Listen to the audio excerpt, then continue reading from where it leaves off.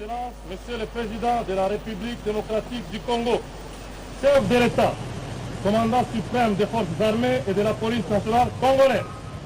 Le détachement d'honneur de la garde républicaine est rangé pour vous accueillir et vous rendre les honneurs à l'occasion de la cérémonie marquant l'audience solennelle et publique de la rentrée judiciaire de la Cour de cassation, exercice 2023-2024. Je vous invite à passer les troupes en revue. Le commandant détachement d'honneur, le colonel diplômé de stratégie de défense, Serge Monga. Avant. Le chef de l'État, Félix Antoine Tshisekedi Tshilombo, est en train de passer les troupes en revue en tant que commandant suprême des forces armées de la République démocratique du Congo, de la police nationale congolaise et du service.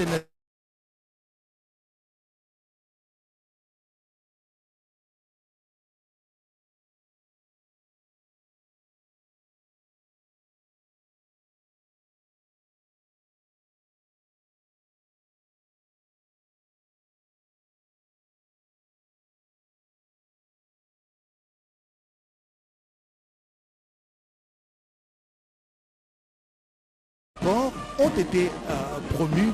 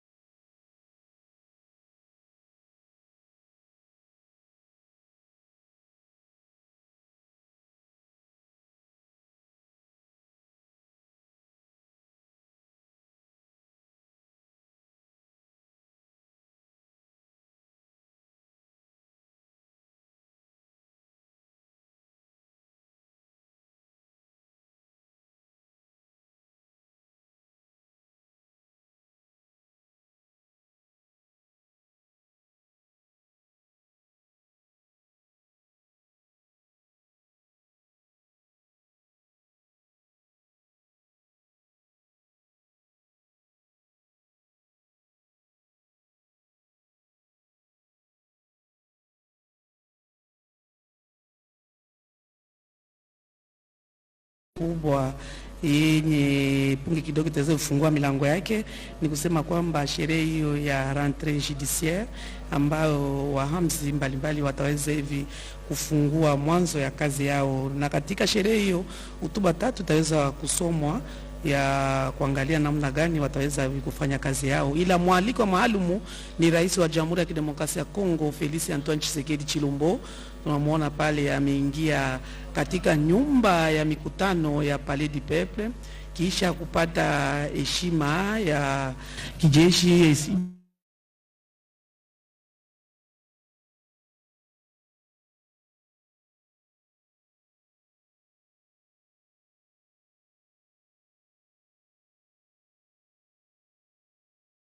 Wa kila mwaka kwa kuona mwanzo ya kazi ya rentrée judiciaire wanafanya mkutano mkubwa na kumwalika rais sawa vile kamanda mkuu wa jeshi ndio anamealikwa kwa kuweza kuandaa katika sherehe ya leo. Ila siku mimi mwenyewe kama vile Oscar Mbale anatoka kusema tuko na Prince Mupoi na yeye ataweza kuwafasiria katika lugha la Chiluba dini kupitikana hapa ku Palais du Peuple.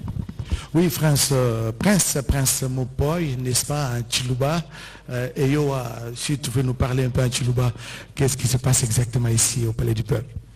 Twasirwabuni Oscar Mbale kutibena tanda boso gablonda chondo wambi shibalala tumashibu wasiga fangizibwa muzubu wa chima mwendo wa Bukalenga katika tokulapa nkashamwa za jimiongo Félix Antoine Tshilombo mano kubwela bokumuna mushino utanenda abijujumika la mubiki jibwa kujibako shiba ensemble batulanga bon tubele bwa Cour de cassation bokumuna mushino kangolo muyuki wa bwa chijimu cha bini bijini makumya bijini chisatu bijini makumya bijini ni chinai mujibika la bienzeka ku chijimu ne ku chijimu ni bika cha kuba kula mei Mwali kuji basatu mulombo jwa kumujilu wa Cour de cassation pashisha chindonda bonso abikira batu basatu bikala ni chakwa kula mei amushinga jimikala chakangulo muyuke jimikala musangi shaba ko shibansambu bonso bikala ba tuilangana tumashibwase jambe jimbe chimujibole jamfu mwa jitonga Felix Antoine Tshisekedi mwa jikwanta bindi jimbe pamone bandu mulula anyi banzuji ababose gatani myandi atuba jitwa kulmen bokumona mushindo kushara mibimu byako bimanyino byabo kumukapo nyokajibaka chike munchika cha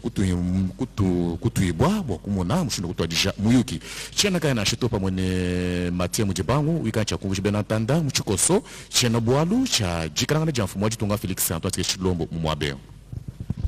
Voilà, les hauts magistrats, les juges sont en train de prendre place, n'est-ce pas, pour vous dire que la cérémonie va bientôt commencer. Mathieu Moudibangou, je vous rappelle que les chefs de l'État, vous le savez, c'était au mois d'août dernier, le président de la République avait révoqué des magistrats ayant fait l'objet de condamnations judiciaires et qui ne pouvaient plus exercer leurs fonctions conformément au texte disciplinaire régissant la profession. Quelques magistrats du Conseil d'État, par exemple, ont été considérés comme déserteurs de leur poste pour n'avoir pas assisté aux séances de travail de cette juridiction et ont fait l'objet de démissions d'office. N'est-ce pas? Plusieurs autres magistrats ont été affectés à une juridiction supérieure. Et voilà, c'est pour mettre de l'ordre au sein de l'appareil judiciaire et des ordonnances ont été prises à ce sujet.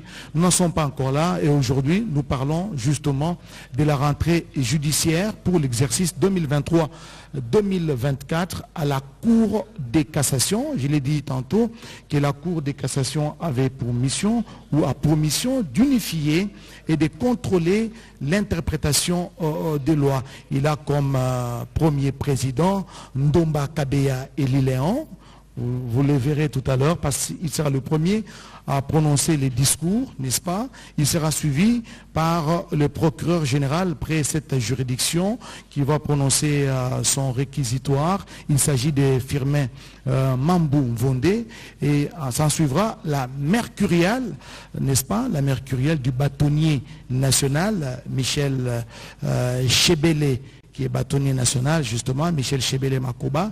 Il va lire aussi sa mercurielle. Voilà les temps forts qui vont marquer justement cette cérémonie. Mathieu Moudibangou. Natondi Botondi Oscar Mbalkaï Mbote, Balandia Radio-Télévision sur congolaise, Kolongwa, le Pongo Yaka Kokoro, tous hommes ici qui parlé du peuple, na commune ya Lingwala, et Paiwapi, Mokonjamboka, Félix Antoine Tshisekedi Tshilombo, azuesika na bozongi moko mwalelo ya misala ya bazuzi ya Cour de cassation. Webete misala na misala mi misale maka na loi na yango esenga kapeta nga bozongeli misala ete bazuzi banso bazala na mokolo moye misala mizali kozongela ndakisa moko mwalelo mi azomi na motoba sanza zomi mobukoto betu bena isato awa au palais du peuple et bongisa mina ndako ya makita ya bakelimi beko to pesa de congrès na molulu monene moye mobenga mi monene azu esika ezali magistrat suprême et kobete azali magistrat yambo okati ekolo biso Congo démocratique tata mokonzi ekolo Félix Antoine Tshisekedi Tshilombo tomoni akomi pambate bokomboye loyembo lokumu yekolo e ulaki bapesaki elongonya pelo sako na mampinga pesika photo ya libota likangemaki elongonda tata mokonzi ekolo bongo bazuzi ya Cour de cassation bango bana bazongi bazu bisika be bango ya mbote mokonzi mboka yingelo kati ndako ya makita pe mululu mofungwama elingo talisete boni Félix Antoine Tshisekedi Tshilombo azeko pesa penza litomba linene na mbongwana ezala matali misala ya bosembo lolenge balobakete bosembo etombola ka ekolo yango Félix Antoine Tshisekedi Tshilombo alingi ezala ba magistrat ya mampinga ezala ya ba civil banso alima okati ya musala mwa bango turundi mikomiti koleka mokonza boka chaki maboko kati na mikanda yoko ya boyingisi magistrat mosusu ya bobimisi basusu bazui passion ya bango musala ezeko tali sete mbongwa na solo ezeko monza makasi lelo tozali wana te tozali likambo etali bozongeli makita ya Cour de cassation baike bakokanza Cour de cassation ezali yoko epimelo na sima ya moninga te Cour de cassation ezali cour ya munene okati ekolo ya biso loko ya constitutionnel, le Conseil d'État, azali ya mokete, azali kutu babengi haute cour de cassation yango wana babengi yango na français haute cour yango ezali wana pona bofandisi mobeko, kolamba mobeko, kolandela mobeko, kosala likambo engebene na mobeko lokwa mobeko mosengi. Talaka tozali kozila sika ete molulu mobanda masikule maike bokolanda yango tozana bino elongo Oscar Mbal Kaïs. Merci Mathieu Moudibango. L'organisation judiciaire de la Cour de cassation est donc composée du premier président, n'est-ce pas? Nous avons cité tantôt son nom ici, il s'appelle Ndomba Kabea Eli Léon. Donc ça c'est la constitution de la Cour de cassation. Et il est accompagné des présidents des chambres, des conseillers référendaires, des auditeurs, du procureur général, Firmin Vondé, des premiers avocats généraux, des avocats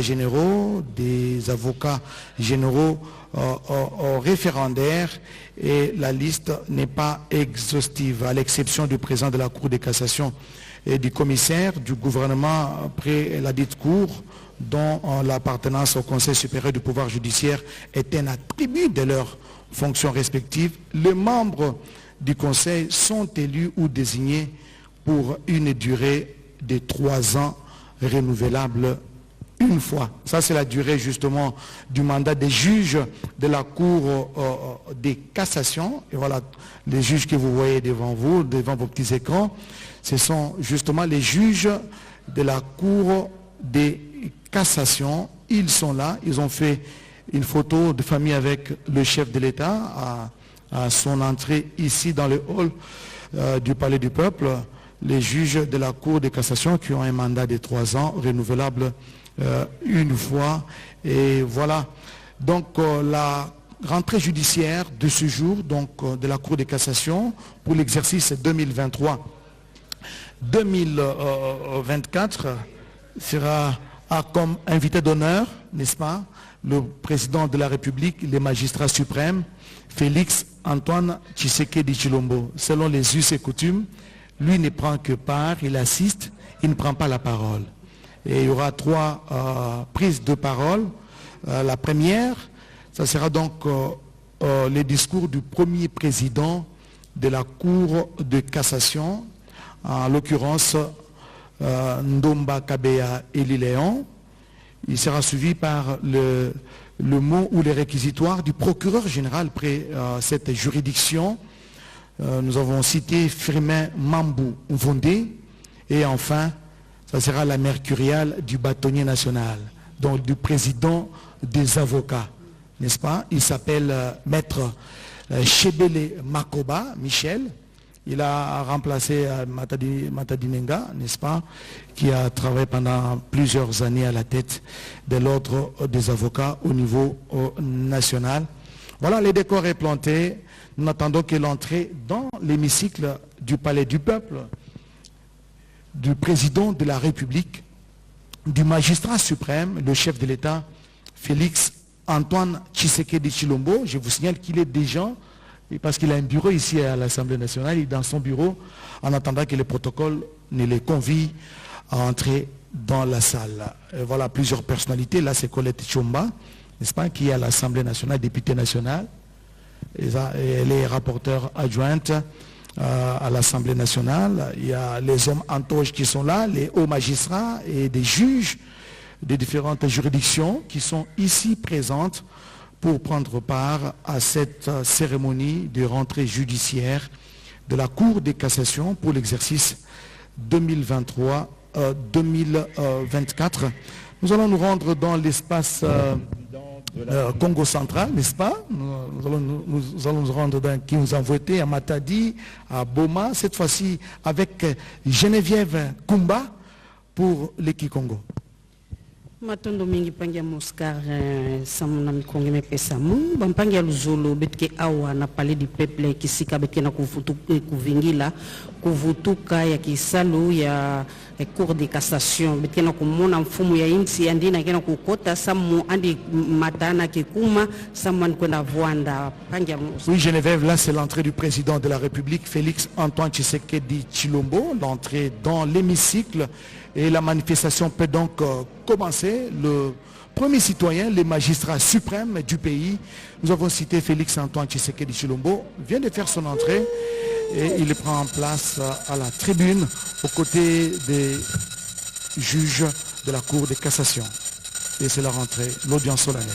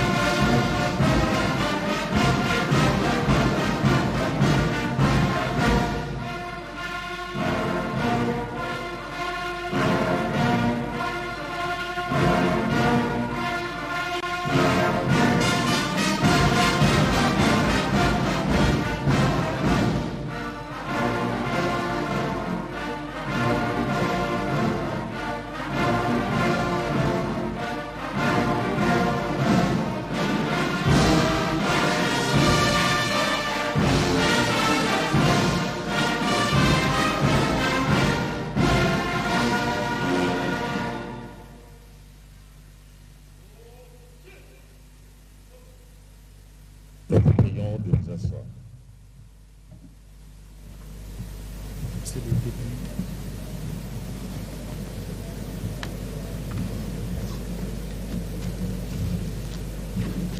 Excellence, Monsieur le Président de la République, avec l'expression de nos hommages les plus déférents.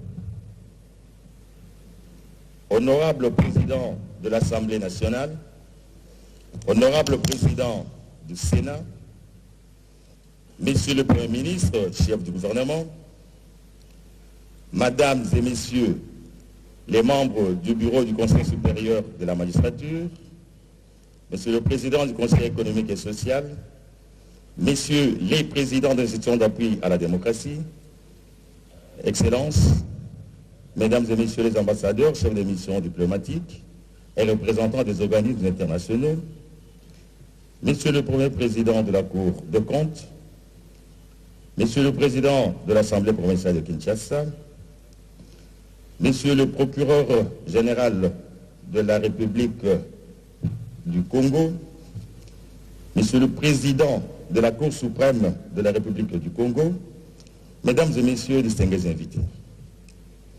Excellences, Monsieur le Président de la République, avec l'expression de nos hommages renouvelés, la cérémonie de ce jour, dans cette mythique salle des congrès du Palais du Peuple, concerne la rentrée judiciaire de la Cour de cassation pour l'exercice 2023-2024. Avec votre autorisation, nous laissons la place au premier président de la Cour de cassation pour l'audience solennelle et publique. Monsieur le Président. L'audience solennelle et publique de la Cour de cassation est ouverte. Madame le greffier en chef Haï, veuillez procéder à la lecture du rôle. Monsieur le Président, un seul point est inscrit dans l'extrait des rôles de l'audience solennelle et publique de ce lundi 16 octobre 2023, à savoir la rentrée judiciaire de la Cour de cassation pour l'exercice 2023-2024. Cette audience va s'articuler autour des points ci-après. Allocation du Monsieur le bâtonnier national, mercurière de Monsieur le procureur général de la Cour de cassation, discours de Monsieur le Premier Président de la Cour de cassation. L'audience est présidée par Monsieur Ndomba Kabeya Eli Léon, Premier Président, entouré de Messieurs et Mesdames Mukengule Muderwa, Kabaseli Nzembele, Bajana Ngoya, Kombe Kalala, président. Otsudi Wongoti, Zangabe Zialiriwa, Mushinga Bimasha et Bolingo, Kani, conseiller, avec le concours du ministère public représenté par M. Vondé Mambou, firmé procureur général près la Cour de cassation. Et l'assistance de Mme Augustine Zolani, greffier en chef AI. Je vous remercie, Monsieur le Premier Président. Merci. La parole est à Monsieur le bâtonnier national pour son allocution.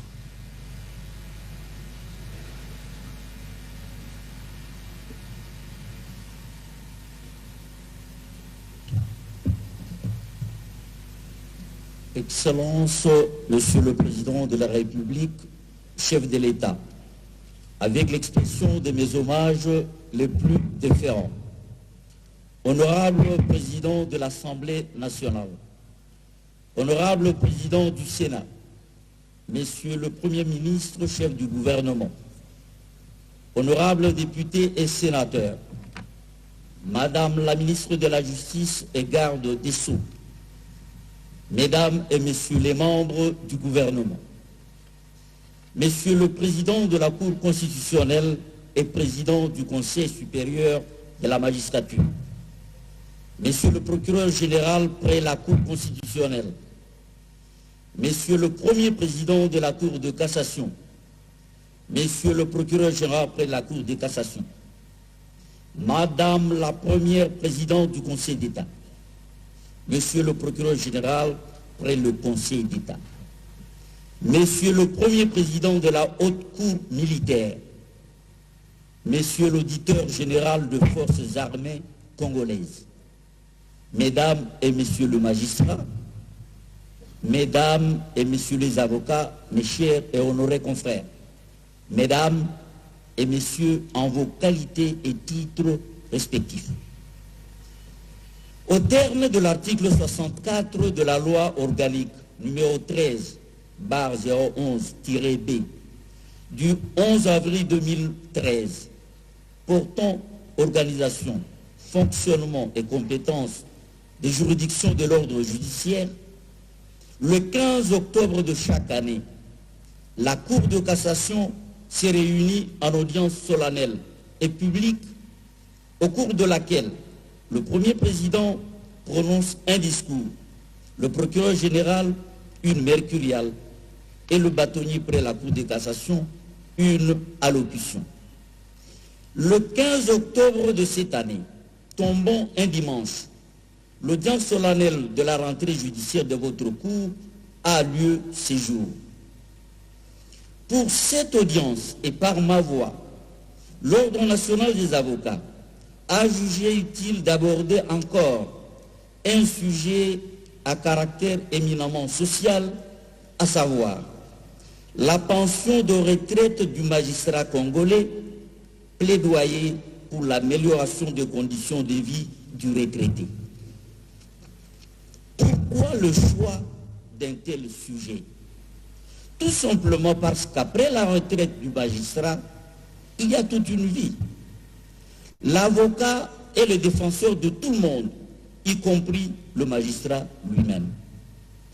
La magistrature et les barreaux sont deux corps de la même famille judiciaire, mais avec des rôles différents.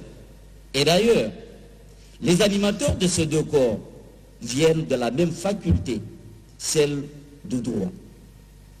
En effet, la vie menée par certains magistrats retraités, ainsi que la fin de leur vie, ne laisse pas indifférent l'Ordre national des avocats. Il est donc naturel que celui-ci s'en préoccupe. L'avocat étant, par sa longue tradition, les défenseurs attitrés de la veuve et de l'orphelin, pour ne pas dire des plus faibles de la société, que deviennent fatalement ces retraités après avoir pourtant, durant leur carrière, décidé de la liberté. de la fortune et parfois même de la vie de leurs semblables. Bien plus, au-delà de l'ordre national des avocats, le présent sujet devrait intéresser particulièrement les magistrats encore en activité de service, dans la mesure où la retraite constitue la gare normale de destination de leur carrière. L'Ordre national des avocats s'est réjoui de voir la cérémonie de ce jour s'organiser dans un contexte caractérisé par la volonté affirmée du gouvernement de la République de redorer l'image de marque du pouvoir judiciaire à travers lequel l'État congolais rassure ses citoyens de sa présence permanente dans la fonction distributive de la justice pour tous. Avant d'entrer dans le vif du sujet, je me permets de rappeler à la bonne attention de votre cour que l'année dernière, l'Ordre national des avocats avait émis son souhait le plus ardent de voir le Parlement examiner et adopter le projet de loi sur l'aide légale en vue d'améliorer et d'étoffer le cadre juridique actuel de l'assistance judiciaire, spécialement en ce qui concerne l'obtention d'un conseil prodéo. En attendant cette loi, comment ne pas saluer la promulgation en date du 26 décembre 2022 de la loi numéro 22/065 fixant les principes fondamentaux relatifs à la protection des victimes de violences sexuelles liées au conflit et des victimes des crimes contre la paix et la sécurité de l'humanité qui, non seulement accorde désormais aux victimes la dispense de paiement de frais de consignation, de justice et d'exécution, ainsi que de droits proportionnels, mais aussi garantit la prise en charge des honoraires des avocats par le Fonds national de réparation des victimes. Abordons le sujet du jour. Je relève que lorsque des jeunes Congolaises et Congolais âgés de 21 à 40 ans postulent et se présentent au concours d'admission pour embrasser la carrière de magistrat, ceux-ci sont animés de l'ambition légitime de gravir tous les échelons et de terminer honorablement leur carrière. Toutefois, se doute-t-il un seul instant que la carrière de magistrat est truffée d'embûches pouvant entraîner des sanctions de tout genre, voire la perte de tout espoir d'une bonne fin de carrière? Je me permets donc ici de féliciter et de rendre hommage aux magistrats retraités et encore plus à ceux d'entre eux qui sont admis à l'honorariat et à l'éméritat, car une telle admission n'est pas toujours évidente. L'honorariat étant le droit pour un ancien magistrat de porter après la cessation définitive de ses fonctions le titre de son dernier grade au moment où intervient la fin de sa carrière. Et l'éméritat étant le droit pour un ancien magistrat de continuer à bénéficier de son dernier traitement d'activité. Comme vous le savez bien, la carrière de magistrat est régie par la loi organique numéro 6/020 du 10 octobre 2006 portant statut de magistrat tel que modifié et complété par la loi organique numéro 15/014 du 1er août 2015. Et au terme de l'article 70 de cette loi, le magistrat est mis à la retraite à la date à laquelle il atteint l'âge de 65 ans, ou lorsqu'il a effectué une carrière de 35 ans de service ininterrompu.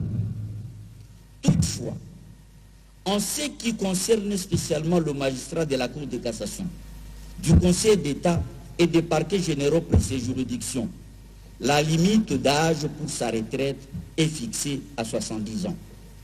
Dans tous les cas, lorsque le magistrat a atteint l'âge de 55 ans et qu'il a accompli une carrière d'au moins 25 ans de service, il peut faire valoir ses droits à la retraite anticipée. Que dire alors de la pension de retraite qui garantit le reste de la vie du magistrat sur cette terre des hommes? La réponse à cette interrogation est contenue non seulement dans les statuts de magistrat, mais également dans la nouvelle loi numéro 22/031 du 15 juillet 2022 portant régime spécial de sécurité sociale des agents publics de l'État, car cette loi, en son article 2.4, s'applique aussi aux magistrats sans préjudice de leur statut particulier. Au titre du statut des magistrats, le magistrat retraité a essentiellement droit à une allocation de fin de carrière exempte de toute imposition, à une pension fixée à 3/4 du dernier traitement mensuel d'activité, sauf lorsqu'il bénéficie de l'éméritat, auquel cas cette pension est égale à son dernier traitement d'activité, à des soins de santé et des frais funéraires pour lui, pour son conjoint et pour ses enfants à sa charge.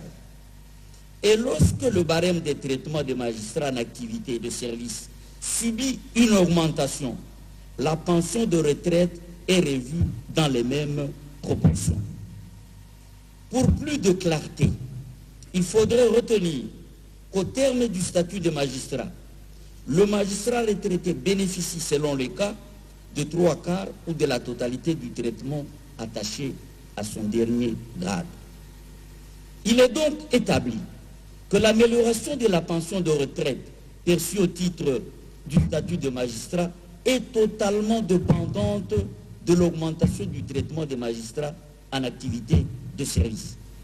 C'est donc ici l'occasion de saluer particulièrement la volonté et les soucis permanents de son Excellence, Monsieur le Président de la République, chef de l'État, d'améliorer les conditions du magistrat congolais, tel que rappelé lors de l'ouverture de la session de formation de magistrats nouvellement nommés, avec l'espoir de voir la justice élever notre nation. En effet, l'amélioration des conditions de vie et des rémunérations du magistrat en activité de service impactera absolument et nécessairement les conditions de vie et de la pension du magistrat retraité. Le magistrat retraité devrait bénéficier régulièrement non seulement de sa pension de retraite, mais aussi de tous ses droits et avantages sociaux, tels que les soins de santé et les frais funéraires. Comme rappelé plus haut, la pension de retraite du magistrat est également régie par la nouvelle loi du 15 juillet 2022 portant régime spécial de sécurité sociale des agents publics de l'État, applicable aux magistrats déjà définis comme agents publics de l'État par le décret loi numéro 017/2002 du 3 octobre 2002 portant code de conduite de l'agent public de l'État. Ce régime prévoit une affiliation obligatoire et une retenue à la source sur les revenus des assujettis, qui sont aussi des magistrats. Toutefois, pour bénéficier de la pension de retraite prévue par ce régime, le magistrat doit remplir simultanément les deux conditions suivantes. Avoir atteint l'âge ou l'ancienneté à la retraite conformément au statut qui lui est applicable. Avoir accompli au moins 180 mois de cotisation lors de son admission à la retraite, ce qui implique 15 ans de cotisation. S'il ne remplit pas la condition de cette durée, l'assujetti dispose d'un droit de rachat des années de cotisation manquantes, rachat qui ne porte au maximum que sur 5 années de cotisation. Ce régime prévoit également que l'assujetti, donc le magistrat, sans pouvoir justifier d'une période d'assurance minimum de 189 mois, bénéficie d'une allocation unique de vieillesse dont le montant est égal à la pension mensuelle à laquelle il aurait eu droit s'il avait totalisé 180 mois d'assurance multiplié par la durée d'assurance effective exprimée en année. Enfin, ce régime prévoit que lorsque le barème des traitements attaché au grade des agents en activité de service subit une augmentation, les pensions et rentes sont également revues. Je me dois de vous avouer que les dispositions de ces régimes spéciaux de sécurité sociale ne s'appliqueront hélas qu'aux jeunes magistrats nouvellement recrutés et éventuellement à ceux de magistrats qui ont encore une vingtaine d'années de carrière, qui pourront ainsi percevoir en réalité deux pensions de retraite, l'une fondée sur les statuts des magistrats et l'autre sur ce régime spécial de sécurité sociale. C'est donc pour eux une réelle perspective des meilleurs jours de pension, pour autant qu'ils exercent leur carrière dans la droiture et le respect de l'éthique professionnelle. S'agissant spécialement de l'allocation de fin de carrière, exempte de toute imposition prévue à l'article 74 de la loi organique portant statut des magistrats, il faut dire haut et fort qu'il est souhaitable que le magistrat retraité ne fasse plus un parcours de combattant pour obtenir son paiement. Il en est de même en cas de décès du magistrat retraité. Le conjoint survivant a aussi droit à une rente de survie. Et les orphelins aussi ont droit à une rente d'orphelin jusqu'à l'âge de 18 ans. Et par dérogation, pour les orphelins qui poursuivent normalement leurs études ou pour ceux qui sont en apprentissage non rémunéré jusqu'à l'âge de 25 ans. C'est pour toutes ces raisons que la retraite ne devrait pas être vécue comme une fatalité qui frappe la famille du magistrat concerné, mais plutôt comme une simple étape de la vie, pour autant que ses droits et avantages sociaux lui soient régulièrement versés. La nation congolaise, quant à elle, devrait être reconnaissante envers ceux qui ont servi la République avec fidélité, dévouement, dignité, loyauté et intégrité, et ce, au mieux de leur force, depuis leur jeunesse jusqu'au moment de leur fin de carrière. Le magistrat retraité ne devrait pas paraître à nos yeux comme l'oublié de la nation, lui qui a tout donné dans sa noble mission de justice au service de cette nation. Sa grande joie de vivre devrait tirer la source des conditions de vie découlant de ses droits nés de la fin de sa carrière. Il n'est donc pas ici question d'avoir un regard de compassion à l'égard du magistrat retraité, mais plutôt de plaider pour l'amélioration de ses conditions de vie, le paiement régulier de ce qui lui est dû, ainsi que le versement de ses allocations et avantages sociaux. Souvenons-nous de ceux qui ont servi la République et dont la fin de carrière est aussi méritante que l'activité du magistrat encore en service. Le fait de voir le magistrat retraité vivre dignement rassurera davantage le magistrat encore en service, et la retraite ne sera, dans ces conditions, comme dit précédemment, qu'un idéal à atteindre avec sérénité.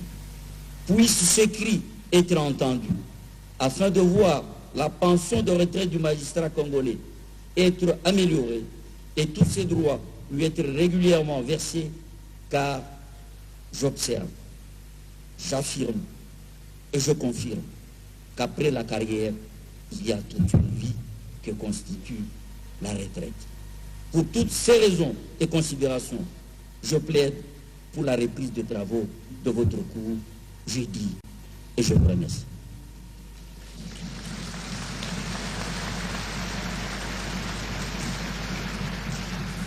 Merci, monsieur le bâtonnier. La parole est à monsieur le procureur général près la Cour de cassation pour sa mercuriale.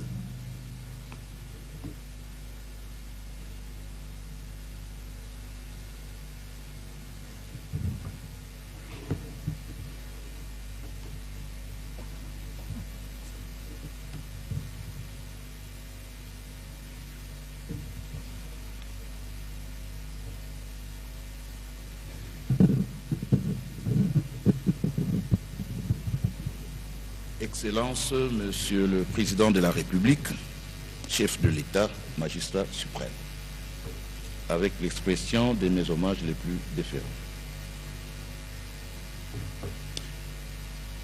Je me fais l'honneur de saluer votre présence personnelle en cette salle à l'occasion de cette cérémonie des rentrées judiciaires de la Cour de cassation, édition 2023-2024.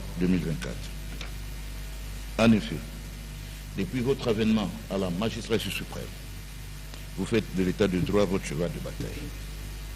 Au nom de tous les magistrats du ministère public, des agents de l'ordre judiciaire des offices des parquets, ainsi qu'au mien propre, je vous prie d'accepter l'expression de ma profonde gratitude. Le contexte sociopolitique dans lequel intervient la présente rentrée judiciaire est caractérisé au niveau national notamment par la fièvre inhérente à la période préélectorale qui ouvre la voie à la tenue en décembre prochain des élections à tous les niveaux. Notre vœu le plus ardent est de voir le peuple congolais assumer par votre autorité, assumer son destin dans la paix et la cohésion nationale tout au long de cet exercice démocratique. Par ailleurs, nous ne pouvons passer sous silence la nomination par votre autorité en juillet dernier de 2500 nouveaux magistrats en vue d'assurer une meilleure couverture judiciaire territoriale. Honorable Président de l'Assemblée nationale, honorable Président du Sénat, Excellences, Monsieur le Premier ministre, chef du gouvernement, Monsieur le Président de la Cour constitutionnelle et Président du Conseil supérieur de la magistrature, Monsieur le Procureur général près cette Cour, ici représenté, et honorés collègues, Madame le Premier Président, Monsieur le Premier Président de la Cour de cassation et honorés collègues, Madame le Premier Président du Conseil d'État et honorés collègues, Monsieur le Procureur général près le Conseil d'État et honorés collègues, Monsieur le Premier Président de la Haute Cour militaire et honorés collègues, Monsieur l'auditeur général des FARDC et honorés collègues, Madame le ministre d'État, ministre de la Justice et garde des Sceaux, Mesdames et Messieurs les membres du gouvernement, Excellences, Mesdames et Messieurs les ambassadeurs et chefs des missions diplomatiques, Excellences, Mesdames et Messieurs les hauts magistrats, civils et militaires, Monsieur le Président de la Cour des comptes, Monsieur le Procureur général près cette Cour, Monsieur le Président du Conseil économique et social, Monsieur le chef d'état-major général des FARDC, Monsieur le commissaire général de la police nationale congolaise, Monsieur le chancelier des ordres nationaux, Monsieur le président de la Commission électorale nationale indépendante, Monsieur le président de la Commission nationale des droits de l'homme, Monsieur le président du Conseil supérieur de l'audiovisuel et de la communication, Monsieur le président de l'autorité de régulation des postes et télécommunications, Monsieur le président de l'Assemblée provinciale de la ville de Kinshasa, Monsieur le gouverneur de la ville de Kinshasa, Monsieur le commandant de la 11e région militaire, Monsieur le commissaire provincial de la police nationale congolaise, Mesdames et Messieurs les mandataires publics, Mesdames et Messieurs les représentants des confessions religieuses, distingués partenaires et représentants des organismes internationaux, Monsieur le bâtonnier national, Monsieur le bourgmestre de la commune de Lingwala,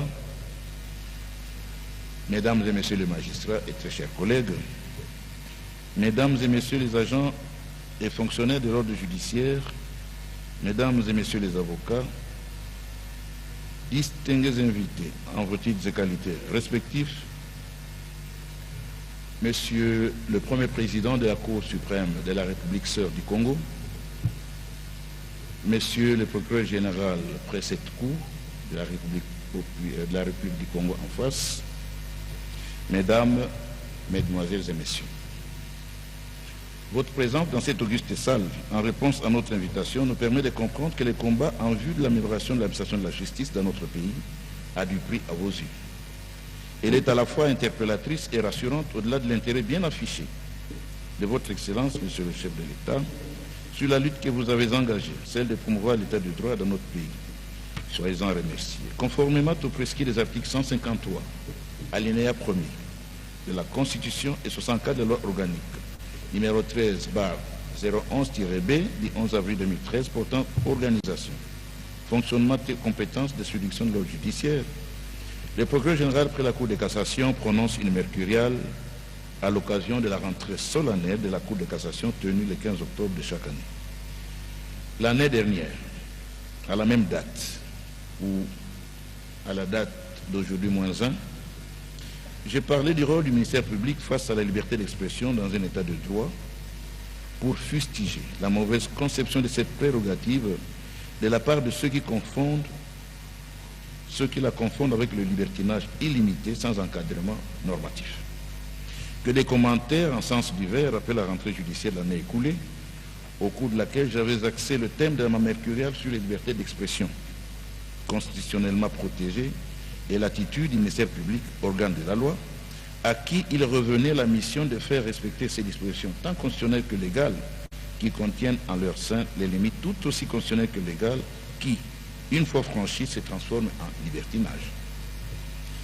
Les cas vécus des délinquants libertins sont connus, car aujourd'hui ils sont muselés pour certains, tant mieux. Ils sont dans les prisons, espérant qu'ils vont s'amender au sortir de leur lieu carcéral, ou pour d'autres en cavale, fugitifs, latitants, s'exprimant aujourd'hui par des réseaux sociaux. Dans le même souci de lutter contre les antivaleurs qui émaillent notre société, j'ai choisi de développer ce jour le thème intitulé « Le trafic d'influence en droit positif congolais ». Monsieur le Président de la République, chef de l'État et magistrat suprême, en date du 15 juillet 2023, dans cette salle, Votre Excellence avait procédé au lancement de la session de formation des nouveaux magistrats. Dans votre mot de circonstance, vous aviez dit, je vous cite, « Il doit aussi clairement être entendu que les immixtions des personnes non qualifiées à la gestion et à la prise de décision de la justice par des trafics d'influence et autres antivaleurs seront sévèrement sanctionnées. » Fin de citation. La justice, a-t-on coutume de dire, est la manifestation vivante de la démocratie et un pilier majeur de l'état de droit. Mais pour qu'elle joue efficacement ce rôle, elle doit être indépendante, impartiale, équitable. Bref, au-dessus de toute forme de pression. Malheureusement, tel n'est pas toujours le cas, et chaque jour qui passe apporte la preuve que les décisions judiciaires sont souvent exposées aux tares multiformes, au nombre desquelles figure le trafic d'influence.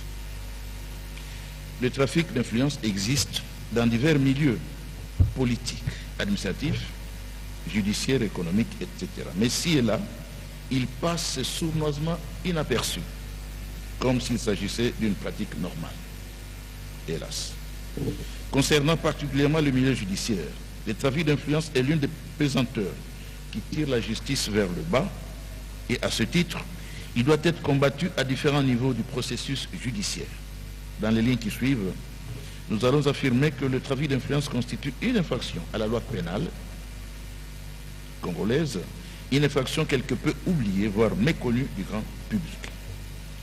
Le souci de tirer l'attention des justiciables comme des mortels sur ce phénomène aux conséquences néfastes sur l'administration de la justice justifie le choix porté sur ce sujet. Ainsi, nous donnons l'occasion aux uns aux autres de mieux connaître la portée de cette infraction, de se ressaisir et d'agir par la suite en toute responsabilité, en évitant de tomber dans les liens de cette incrimination, tandis que l'acteur judiciaire aura à cœur de la réprimer avec vigueur. Cela dit, que pouvons-nous entendre par trafic d'influence? Des considérations générales et sociologiques. Dans le sens courant, le trafic d'influence consiste en une intervention indésirable dans une affaire et qui vise à obtenir de l'autorité une décision favorable au plus fort aux dépens du plus faible. Il est vu comme une antivaleur qui consiste à utiliser sa position sociale pour obtenir un avantage ou une faveur imméritée et soumettre ainsi l'autorité publique à des pressions et intrigues désobligeantes. Dans ce contexte, toute intervention paraît intempestive et suspecte au point qu'il suffit parfois de voir seulement une personne étrangère à l'affaire entrer dans le bureau de l'autorité pour affirmer qu'il y a trafic d'influence. Il s'agit là d'une perception globalisante. La perception juridique, quant à elle, est plus restrictive, comme nous allons le voir plus loin. Il est important de noter que la disposition qui prévoit et punit les trafics d'influence est une loi complémentaire au Code pénal ordinaire. Celle de l'ordonnance loi numéro 73/10 du 14 février 1973 et insérés au dit corps pour former l'actuel article 150.e. Sont constitutifs d'actes de trafic d'influence. Les actes énumérés ci-après. Le fait de promettre, d'offrir ou d'accorder à un agent public ou à toute autre personne un avantage indu afin qu'il abuse de son influence, réelle ou supposée, en vue d'obtenir ou de faire obtenir d'une administration ou d'une autorité publique un avantage indu pour l'instigateur initial de l'acte ou pour toute autre personne. C'est aussi le fait pour un agent public ou toute autre personne de solliciter ou d'accepter, directement ou indirectement, un avantage indu pour lui-même ou pour autrui, afin qu'il abuse de son influence réelle ou supposée, en vue de faire obtenir d'une administration ou d'une autorité publique un avantage indu. Le législateur congolais n'a pas défini de manière expresse cette infraction. La doctrine en a proposé quelques-unes et nous retenons celle insistant à traduire les trafics d'influence comme étant une infraction consistant dans les buts ou dans le fait de solliciter ou d'agréer des offres, dons, promesses, présents et avantages quelconques pour soi-même ou pour autrui, pour abuser ou avoir abusé d'une influence réelle ou supposée dans le but de faire obtenir d'une autorité ou d'une administration publique des distinctions, des emplois, des marchés ou toute autre décision favorable. Les trafics d'influence se subdivisent en deux, celui actif et celui passif. Les trafics d'influence actif consistent à rémunérer une telle personne pour qu'elle use ainsi de son influence. Le trafic d'influence actif est donc le fait pour une personne de rémunérer la mise en œuvre de son influence par l'agent concerné.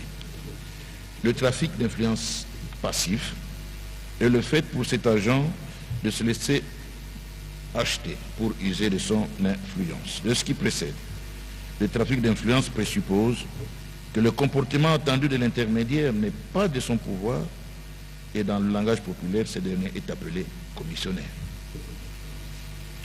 Les éléments constitutifs de cette infraction sont inhérents à la qualité de l'auteur, qui peut être un privé, une personne privée, et qui peut être aussi une personne publique. Tandis que on doit distinguer pour le trafic d'influence actif, qui consiste dans le fait de promettre, d'offrir ou accorder à un agent public ou à toute autre personne un avantage inclus, indu.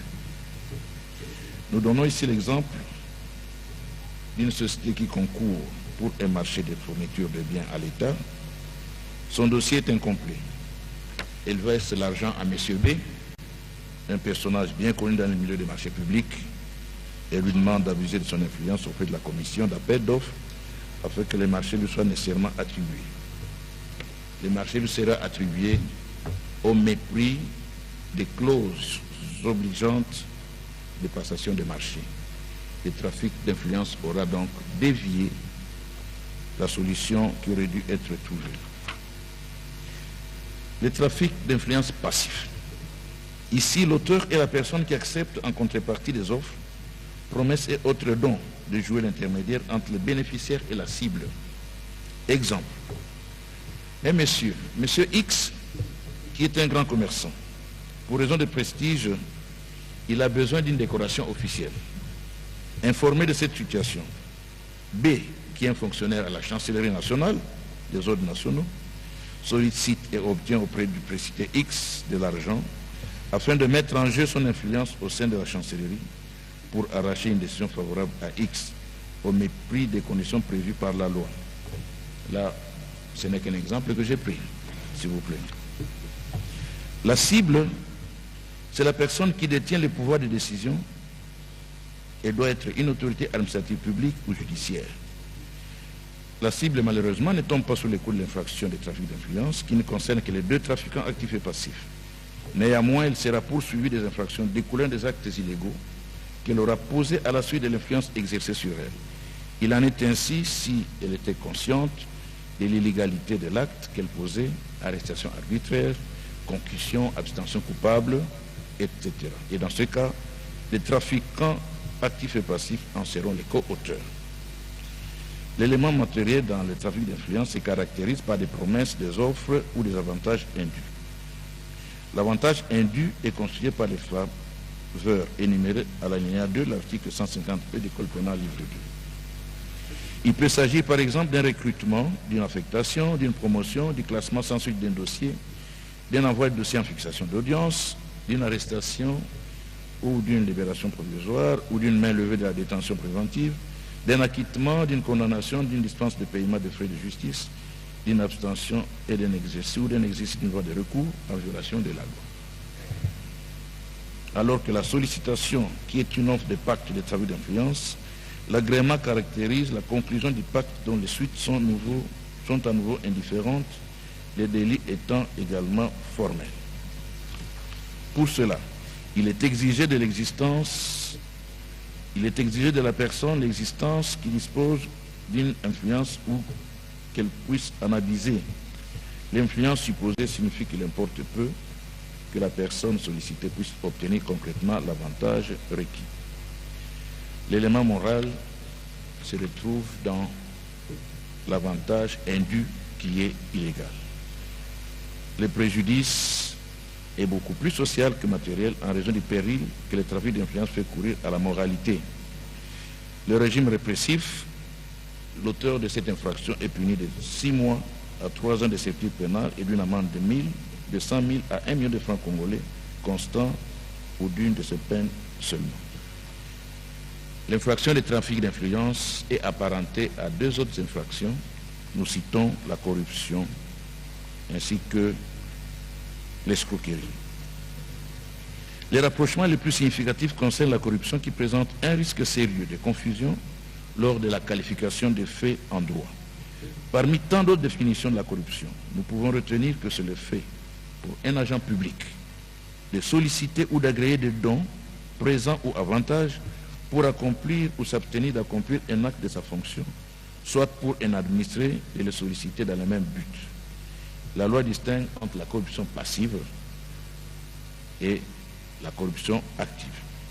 La corruption passive est le fait du fonctionnaire qui se laisse acheter pour accomplir un acte de sa fonction, soit pour s'en abstenir, tandis que la corruption active, c'est le fait pour un particulier de promettre, d'offrir ou d'accorder à un agent public, directement ou indirectement, un avantage indu pour lui-même ou pour une autre personne ou entité, afin qu'il accomplisse ou s'abstienne d'accomplir un acte dans l'exercice de ses fonctions. En définitive, il s'avère que la différence entre la corruption et les trafics d'influence tient à la nature de l'acte apposé en contrepartie. Si l'acte entre dans les prérogatives du décideur public, il s'agit de corruption. Au contraire, si l'acte consiste à user de son influence pour que notre décideur prenne une décision, alors l'infraction est celle de trafic d'influence. S'agissant de l'escroquerie, celle-ci relève d'un ensemble de manœuvres frauduleuses, crédits imaginaires, fausses qualités, etc., alors que dans les trafics d'influence, celle-ci est réelle ou supposée. De cette appréhension du concept trafic d'influence, on peut déduire les méfaits de ces trafics d'influence sur l'administration de la justice. En rappelant quelques principes régissant l'administration de la justice, pour que la justice soit rendue de manière droite, distributive, il faut qu'elle soit indépendante. Il faut qu'elle soit aussi égale pour tout le monde. Il faut qu'elle soit également impartiale. Le magistrat a aussi le devoir de loyauté en obéissant aux règles, en obéissant aux lois, à l'honneur de la propriété et de la droiture. Les méfaits du trafic d'influence, il soumet l'autorité publique à des pressions et à des intrigues qui risquent à l'évidence selon l'expression d'Antoine Godino, de rendre l'indépendance des institutions judiciaires un leurre. Mais il convient de rappeler et de préciser que le but visé doit être indu, illicite ou illégitime. Ainsi, l'intervention consistant à rétablir l'égalité ou la justice n'est pas un avantage indu.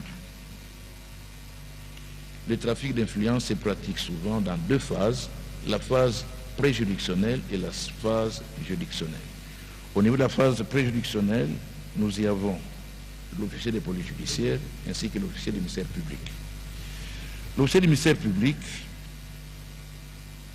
selon les dispositions de la loi, dans l'existence de leurs attributions, seuls les procureurs de la République, les procureurs généraux, les procureurs généraux de la République ainsi que leurs substituts ont qualité pour diriger leurs activités par la voie, s'il y a lieu, des officiers de police judiciaire responsables des corps au service auquel ils appartiennent. En aucun cas, ils ne peuvent, et pour quelque motif que ce soit, déférer à un ordre d'aucune autorité leur enjoignant de ne pas poursuivre, d'arrêter, de saisir ou de ne pas exécuter les devoirs auxquels ils sont astreints. Cependant, force est de constater qu'il existe des interférences et des immixtions, malheureusement, des chefs hiérarchiques des différents OPJ dans la conduite de leurs enquêtes. S'agissant particulièrement des OPJ nationales de la police nationale congolaise, ils subissent les effets de la double tutelle administrative et judiciaire sous laquelle ils prestent. Légion sont les cas où les chefs hiérarchiques, avec un grade plus élevé que celui de l'OPJ, en arrivent à peser sur la suite à donner à l'enquête et ainsi pousser l'OPJ à prendre une décision non conforme à la loi. Il nous a été donné de constater aussi que certains officiers de police judiciaire ont été habilités moyennant promesse, offre, dont sans connaissance technique requise en violation du principe des compétences. Par ailleurs, les interférences ou les émictions d'autres personnalités ou parents, conjoints, frères et sœurs, amis, influencent largement le comportement de cet agent qui n'a de compte à rendre en principe qu'à l'officier du ministère public. Ces mauvaises pratiques, ces violations entraînent la mauvaise qualité des enquêtes préliminaires qui peut même provoquer la mise en cause de la responsabilité de l'État. Après l'officier de police judiciaire, l'officier du ministère public, les magistrats du parquet, il est placé sous la coupe des trafiquants d'influence et il peut être amené à prendre des décisions en marge de la loi.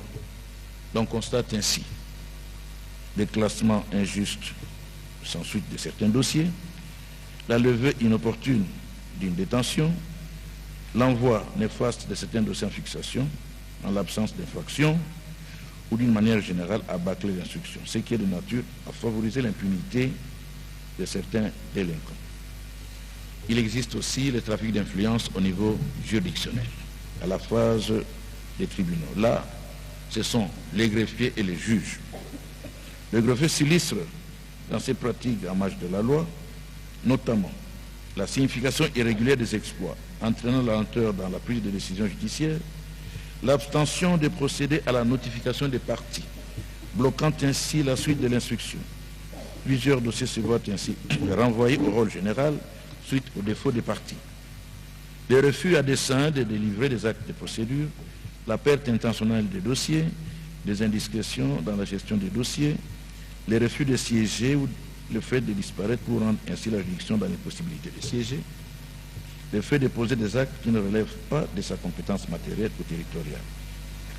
Relevons cependant, comme d'ici haut, que la marge est grande entre l'interpellation et les trafics d'influence. L'interpellation va dans le sens de dire le bon droit.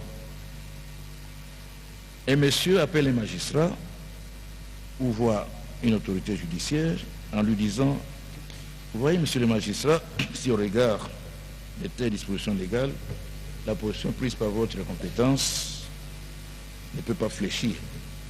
Nous ne sommes pas là dans un cas de trafic d'influence. » Et monsieur, s'adressant à un magistrat, dit « Monsieur le magistrat, mais tel acte que vous avez posé, est-ce qu'il rentre dans les définitions réelles telles que prévues par la loi ?» Ce n'est pas du trafic d'influence. Et là, on va dans le sens pour que le loi ou le droit soit bien dit. Monsieur le procureur général, ne pensez-vous pas qu'il lui fallut procéder d'abord à tel devoir avant de conclure aussi précipitamment que cela a été fait? C'est une interpellation, ce n'est pas du trafic d'influence. Ou, compte tenu du climat social de sérénité, qui risquerait d'être davantage troublé par une décision allant dans ce sens, ne trouvez-vous pas qu'il serait plus indiqué de voir autrement les choses? Là non plus, ce n'est pas du trafic d'influence. C'est une interpellation et rien à voir avec le trafic d'influence. Par contre, le général de l'armée ou le commissaire divisionnaire adjoint s'adressant à un OPJ qui est commissaire Kangaye, Tikaye, à vos ordres, mon général, c'est du vrai trafic d'influence. Ou alors, tu seras affecté à Kimbelangundu si vous ne faites pas ce que je vous dis de faire. C'est du trafic d'influence. Au sein des offices de parquet, excusez-moi, il existe des magistrats qui sont devenus des chefs coutumiers, qui assument avec beaucoup de dynamisme les trafics d'influence. Ils sont devenus des commissionnaires des partis. Voilà pourquoi au niveau du bureau du Conseil supérieur de la magistrature, nous avons pris la décision de pouvoir enlever tous ces magistrats de leur lieu où ils sont devenus des chefs coutumiers pour les envoyer là où, nous l'espérons, ils pourront se refaire en vrais magistrats et non pas continuer le travail des commissionnaires. Le juge dit les droits, et là, je me réfère au livre de Deutéronome 16, versets 18 à 20, nous lisons: Tu établiras des juges et des scribes en chacune des villes que l'Éternel ton Dieu te donne. Pour toutes les tribus, ils jugeront le peuple en des jugements justes. Tu ne feras pas dévier le droit. Tu n'auras égard aux personnes et tu n'accepteras pas de présent, car le présent aveugle les yeux des sages et ruine les causes des justes. C'est la stricte justice que tu rechercheras afin de vivre et de posséder le pays que l'Éternel ton Dieu te donne. Nous avons tiré cet extrait de Deutéronome 16, versets 18 à 20. Malheureusement, les trafics d'influence sur les juges les désorientent et a pour conséquence de prononcer des jugements hors délai, des dépassements larges du délai, la congélation des dossiers qui, comme l'impiodi invendu, traînent pour avoir une décision, la non-motivation, la motivation insuffisante, voire erronée des décisions judiciaires, le silence prolongé et inexpliqué du juge après la prise en délibéré d'une affaire, l'impunité consacrée de certains justiciables. Cela dit, que pouvons-nous conclure de tous ces faits qualifiés de trafic d'influence? Excellence, Monsieur le Président de la République, chef de l'État et magistrat suprême, avec l'expression renouvelée de mes hommages les plus différents. Honorables, Excellences, Mesdames et Messieurs, en vos titres et qualités respectifs, tout protocole observé. Avant de clore mon propos de ce jour, permettez-moi de vous rappeler qu'il a porté sur le trafic d'influence en droit positif congolais, alors que de nombreuses décisions de justice sont impactées négativement par cette antivaleur, le trafic d'influence apparaît comme une infraction oubliée, voire méconnue du grand public. Nous avons indiqué le cadre juridique de cette infraction qui se définit en deux volets, le trafic d'influence actif et celui passif. Nous avons développé le sujet en des chapitres consacrés à l'analyse des éléments constitutifs de cette infraction. Nous avons aussi épinglé l'apparentement de cette infraction aux deux autres, la corruption et l'escroquerie. En ma qualité du ministère public au sommet, près les juridictions de l'ordre judiciaire en République démocratique du Congo, j'engage tous les magistrats debout. À ce titre, je dois m'assumer. Et à ce titre aussi, quelques mesures drastiques mises en chantier portent déjà à ce jour quelques fruits. Et sans désemparer, nous allons devoir continuer. L'appareil judiciaire a pour unique capitaine la Constitution et les lois de la République. Les magistrats ont juré d'obéir à ces lois et à cette Constitution, et ceux du parquet sont appelés organes de la loi. Et fort de cet attribut fonctionnel, il leur est permis d'assurer non pas la sécurité juridique, mais la sécurité judiciaire, par la lutte interne et externe des antivaleurs qui rongent l'appareil judiciaire. Enfin, du législateur, nous attendons le renforcement de la répression des actes de trafic d'influence. À cet égard, nous proposons notamment que les peines complémentaires prévues à l'article 149 du Code bis du Code pénal livre 2 pour la répression de la corruption soient également d'application en ce qui concerne les trafics d'influence dont nous trouvons la répression un peu moindre. Cela d'autant plus que les deux infractions sont intimement apparentées. Conscient que la population de ces pays a soif de justice dans tous les domaines, nous nous disons de ne ménager aucun effort pour apporter notre contribution à l'édification d'un État de droit capable de donner satisfaction aux attentes des uns et des autres. Parce que la sanction assainit aussi les mœurs, une lutte à l'interne est présentement menée au sein du corps. Ministère public et juges véreux sont depuis lors sous le phare de l'Observatoire populaire et des faits réprobateurs infractionnels sont portés à notre connaissance et nous pensons que les petits exemples vus à travers la presse où des magistrats ont été mis devant la barre devront inciter tous les collègues magistrats à pouvoir se mettre dans les rangs. Les ministères publics s'engagent davantage dans la lutte contre la sécurité judiciaire, bien que celle-ci soit englobante car couvrant plusieurs ordres juridictionnels. Les ministères publics civils naviguent en gendarme au sein de tous ces ordres dès lors qu'appelés organes de la loi. Le ministère public devra redynamiser son action au-delà des diverses contraintes ou influences dans la répression pénale s'entend des actes réprobateurs, dont se rendra coupable tout magistrat, j'ai bien dit tout magistrat, quel que soit l'ordre judiciaire auquel il appartient. Les trafiquants d'influence sont à compter parmi les ennemis extérieurs de la bonne administration de la justice, autant que les corrupteurs. Si pour les trafics d'influence, les magistrats sont les victimes, il leur appartient d'opposer toute résistance légale qui devrait aboutir à la dénonciation, puis à la mise en mouvement de l'action publique. La lutte ainsi relancée contre les trafiquants d'influence ne nous fait nullement perdre de vue le combat à l'interne du corps judiciaire, miné lui-même par des antivaleurs intrinsèques. Dans votre discours préappelé, Excellence Monsieur le Président de la République, chef de l'État et magistrat suprême, vous aviez exprimé clairement le vœu de voir se renouveler le pacte républicain qui appelle à la renaissance de la justice. Ainsi, pour relever la morale des magistrats, au niveau souhaité, la cure de la régénérescence devra se poursuivre graduellement et sans désemparer, là où se dégage la nauséabonde odeur de la corruption, de la concussion et de l'escroquerie. Dans cet ordre d'idées, nous invitons tous les acteurs judiciaires, des offices des parquets, à plus d'engagement, d'intégrité et d'abnégation pour les triomphes de l'idéal de justice auquel nous avons consacré l'essentiel de notre vie professionnelle.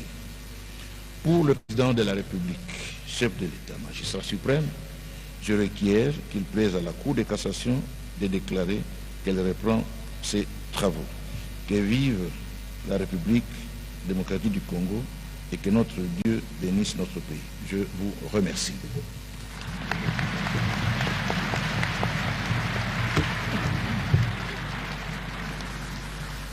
Merci, Monsieur le procureur général.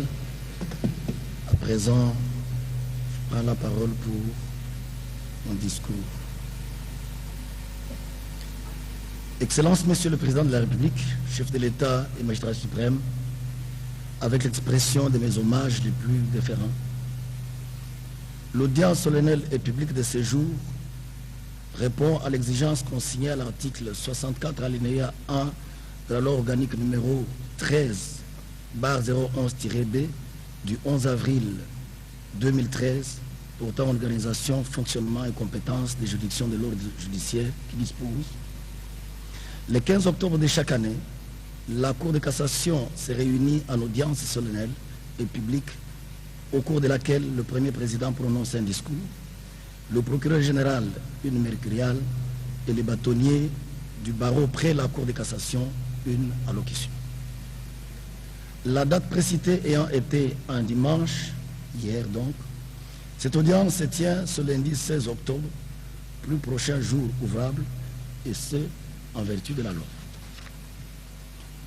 À l'orée du présent discours, je rends grâce à l'Éternel Dieu qui incline le cœur du roi pour les privilèges inestimables m'accordés de présider aux destinées de la Cour de cassation, la plus haute juridiction de l'ordre judiciaire de notre pays.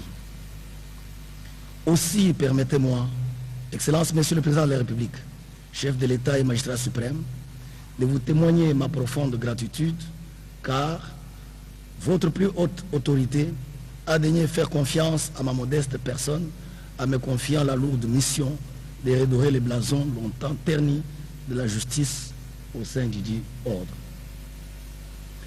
Confiant aux saintes écritures de la Bible, qui proclament dans Proverbes, chapitre 14, verset 34, je cite, « La justice élève une nation », vous avez tenu, en votre qualité de garant de l'indépendance du pouvoir judiciaire, à honorer de votre haute présence l'audience solennelle et publique de ce jour, perçue par la magistrature congolaise tout entière comme symbole fort de votre engagement d'ouvrir une nouvelle page de la justice. Honorable Président de l'Assemblée nationale, Honorable Président du Sénat, Monsieur le Premier ministre chef du gouvernement, Monsieur le Président de la Cour constitutionnelle, Président du Conseil supérieur de la magistrature, Madame et Messieurs les membres du bureau du Conseil supérieur de la magistrature et honorés collègues, à ce stade, permettez-moi de saluer la présence de mes honorés collègues qui nous ont fait l'honneur de traverser le majestueux fleuve Congo pour assister à cette audience. Il s'agit respectivement de M. Henri Bouka, premier président de la Cour suprême de la République du Congo, et de M. Théophile Mbiti, procureur général près cette cour, à qui je demande de se tenir debout pour recevoir nos salutations.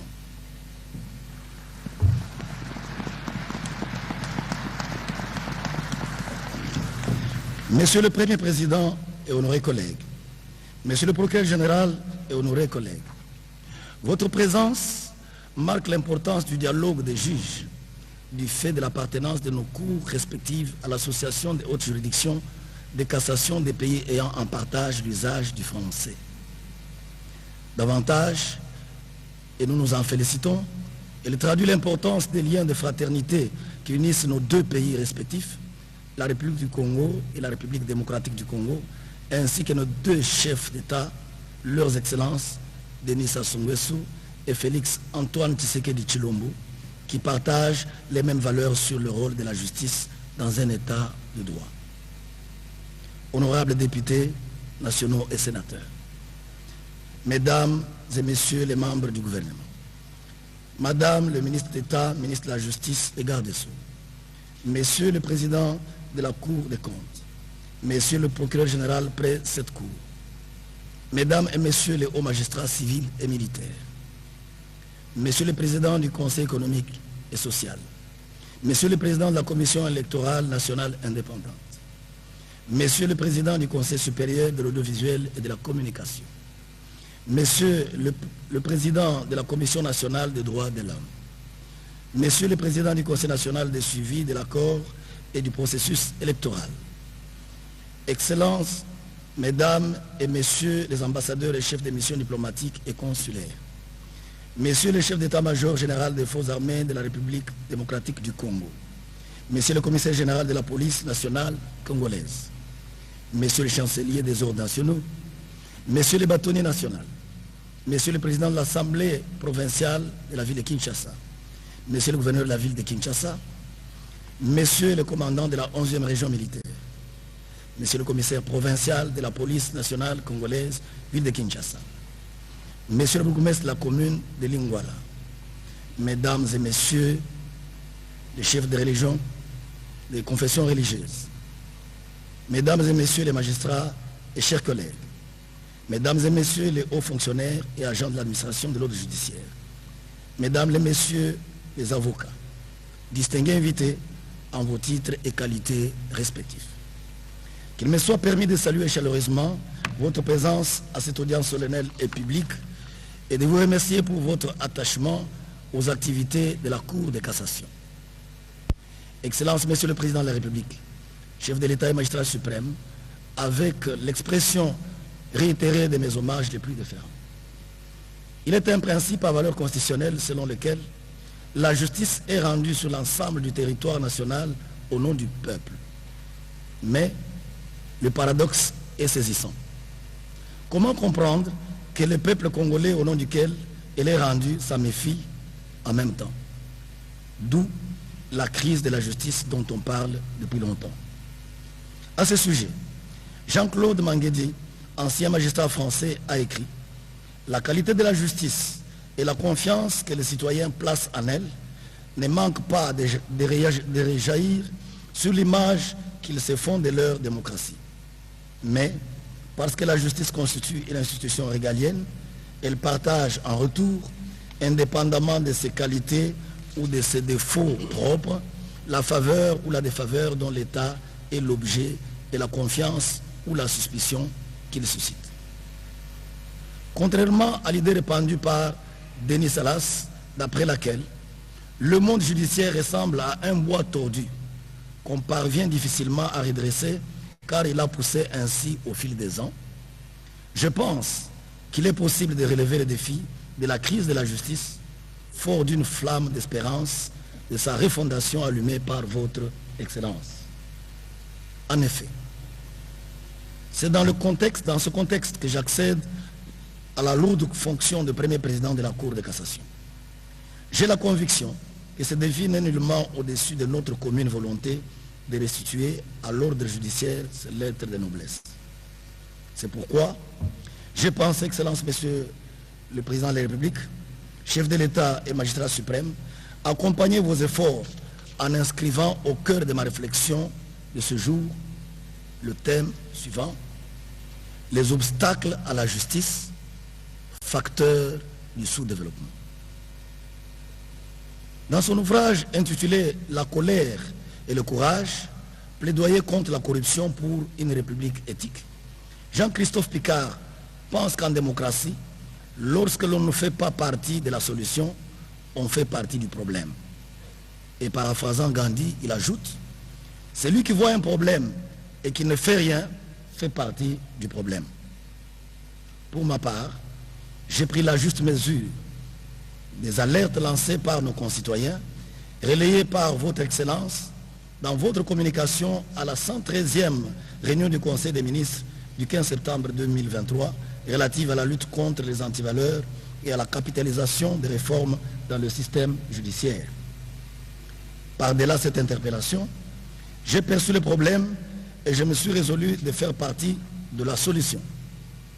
À cet effet, mon présent discours n'a pas vocation de s'inscrire dans la tradition d'un exposé académique sur un sujet de droit donné.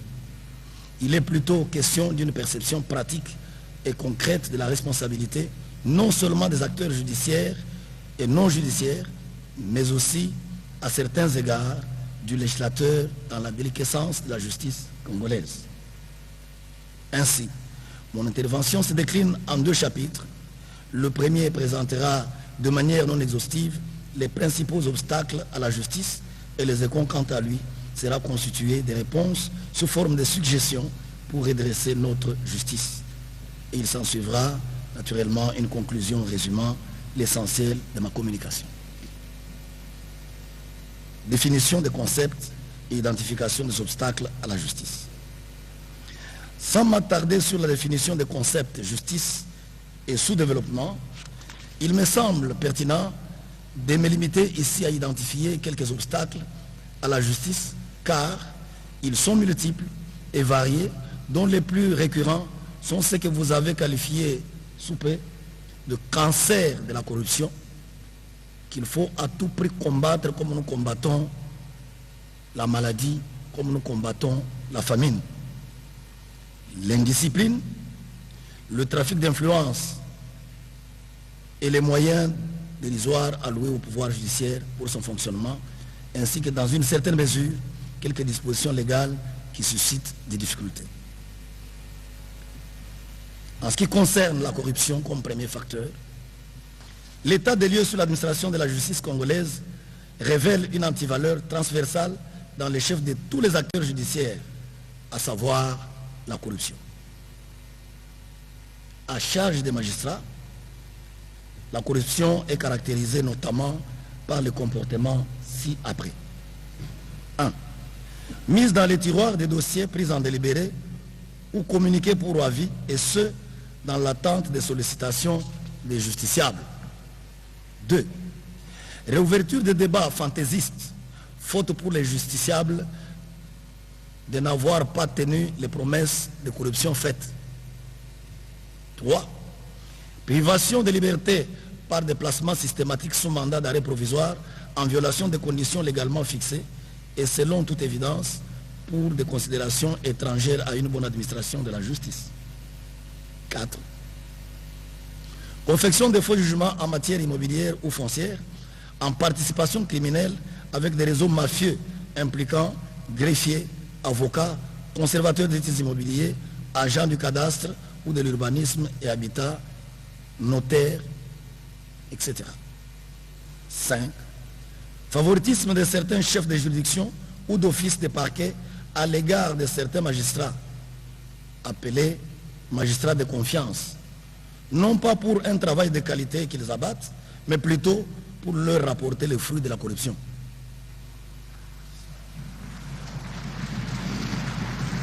6. Prise en compte de faux arrêtés de désaffectation des biens immobiliers du domaine public ou privé de l'État confectionnés dans les réseaux criminels dont ils font partie en vue de leur aliénation. À charge des agents de l'ordre judiciaire et des huissiers indépendants qui sont également opérateurs judiciaires, la corruption est à l'origine notamment des comportements suivants. Primo, dénaturation délibérée des déclarations des parties consignées dans les procès-verbaux d'audience dans le but de favoriser l'une d'elles. Secondo, signification des exploits, des procédures et des décisions judiciaires à des adresses et ou aux parties imaginaires de connivence avec des justiciables de mauvaise foi pour en tirer un avantage illicite. Tertio, soustraction des pièces importantes des dossiers judiciaires en complicité avec les avocats aux fins de conduire les juges à dire le droit sur base de fausses orientations et ainsi faire passer sur ces derniers des présomptions de corruption. Quarto, les faits d'acter des appels ou des pourvois en cassation sans production de la décision rendue conformément aux articles 21 de la Constitution, 87 du Code de procédure pénale, 23 et 24 du Code de procédure civile qui prescrivent que tout jugement doit être écrit, motivé, signé par les juges qui l'ont rendu, ainsi que le greffier, indiquer le nom de l'officier du ministère public qui a assisté à l'audience et la date à laquelle il a été rendu. Quinto, garde à vue au-delà du délai légal de 48 heures dans le but d'extorquer des aveux, de l'argent, des signatures, des promesses, et j'en passe. Sexto, enfin, pour de fausses qualités et insignes, le plus souvent en vue de se faire passer pour des magistrats dans le but de rançonner les justiciables. La plupart de nos greffiers huissiers dans leur quartier et même des bénévoles se font appeler magistrats à cette fin.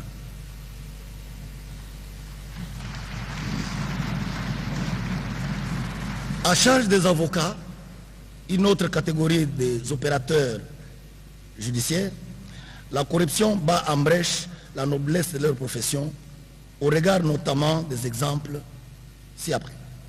Premièrement, la sollicitation et l'obtention des moyens de la corruption auprès de leurs clients appelés impudiquement dans leur jargon moyens non communicables entre parties mais destinés aux magistrats. Deuxièmement, la rédaction des décisions judiciaires à faire endosser par des magistrats moyennant corruption et ou promesse de partage des avantages illégaux et illicites. J'en viens au deuxième facteur après la corruption, c'est l'indiscipline. Cette seconde antivaleur majeure, obstacle à la justice, qui est l'indiscipline des magistrats et des agents de l'ordre judiciaire. À charge des magistrats, les fautes disciplinaires d'une extrême gravité peuvent être illustrées notamment par les manquements ci-dessous. 1.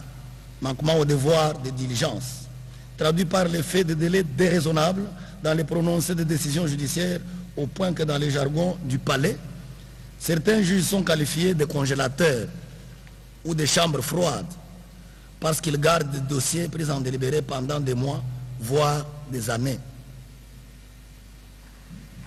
2.